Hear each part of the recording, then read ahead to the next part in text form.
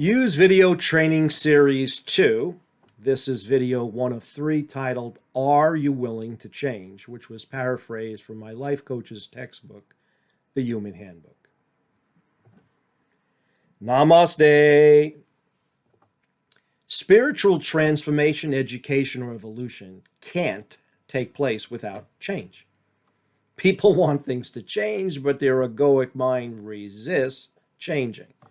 That is because change challenges what your clients or you are familiar with, which triggers their egoic mind's need for safety, comfort, and control.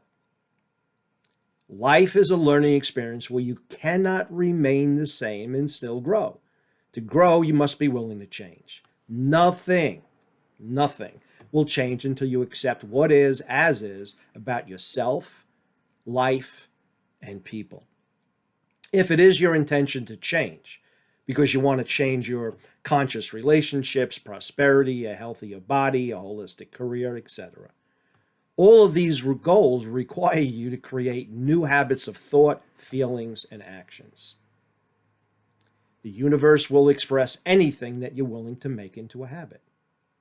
Forming new habits is how you manifest what you want. Creating habits is the key to your future success or failure.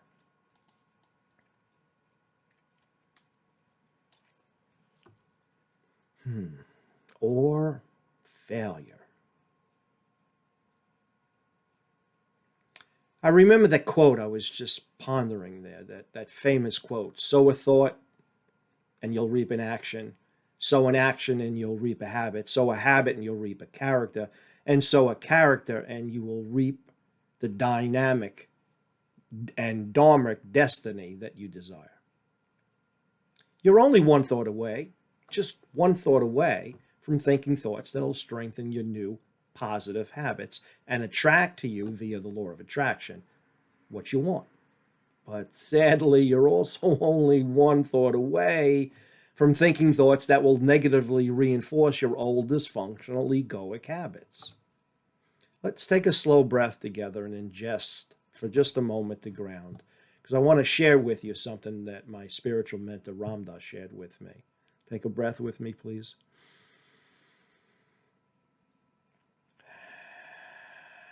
One more.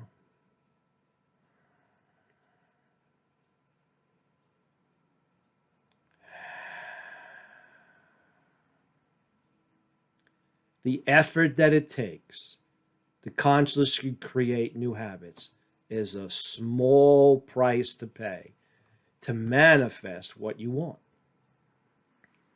To change, you need to ceaselessly guard your thoughts in the same way that a farmer guards his chickens and foxes. If you make a commitment to change, and if you back it up with positive actions, then little by little you'll form new empowering habits that will create the reality that you desire to experience. As you probably already know, humans are creatures of habit in both mind and body.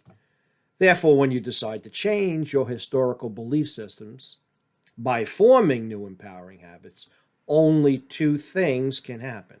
One, you'll manifest what you want. But that doesn't happen all that often instantly. It's usually number two is what happens, and it happens about 98% of the time when you set a new goal. This is the hidden one most people don't realize. What you will surface before you can get what you want is what you need to heal, forgive, discreate, etc. That's blocking you. These are the things that are blocking you from manifesting what you want. And of course, this is based on the assumption that what you want is moral and ethical and in alignment with the holistic nature of the universe. When you deliberately and consciously decide to change, your heart, your language of feelings will intuitively show you what you need to heal and transcend and forgive and transform or discreate, right? To make those changes, to manifest what you want. I'm reinforcing that because it's the point. Most people say, okay, I set a goal, I affirmed, I get it. Well, what usually comes up first is be careful for what you're praying for. What comes up is what's stopping you from manifesting something like being a really wonderful holistic practitioner. Why would God stop you from that? Right? It just doesn't work that way. So, as you know, God created you, but you made yourself into what you are now, one habitual belief at a time. That's because from the time you were born, thought by thought, you became the architect and builder of the reality that you're now experiencing. And most souls do that unconsciously, though.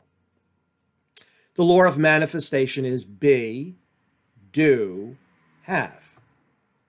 This means that you will attract into your life what you are, not what you want. Too many people miss this point. The first step of manifestation is to be that which you want, then to do the work that is required to form the new habits, etc., that you need. And the final step is to have what you want. So let me ask you a deep diving question, a deep diving subconscious mind question. Are you ready to form new habits that will give you the ability to control what you're thinking, feeling, and experiencing so you can live a life that is based on you being a deliberate, conscious creator? In the next video, I will share with you why, if you want to change your life, you need to discreate your egoic stories.